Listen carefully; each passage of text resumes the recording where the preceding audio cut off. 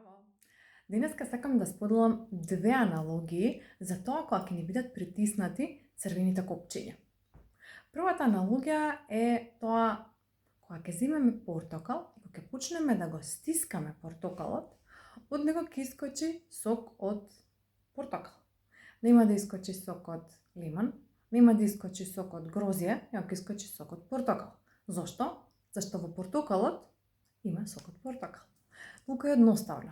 Ако ја представиме оваа аналогија на нас, кога некој ќе го притисне нашето црвено копче и кога од нас ќе искочи лутината, таа е искочила само заради тоа што во нејзе, тоест во нас имало лутина.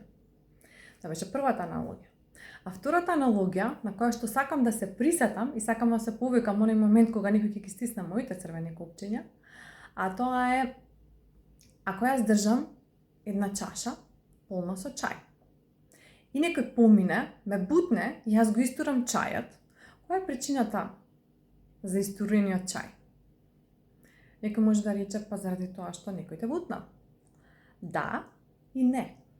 Причината зашто имам истурен чај е зашто во мојата чаша имаше чај. Ако имаше вода, ќе беше истурена вода. Ако имаше кафе, ќе беше истурено кафе. Ако имаше чај, ќе беше истурен чај. Така да, втората аналогија е може да се истури нешто што веќе постои.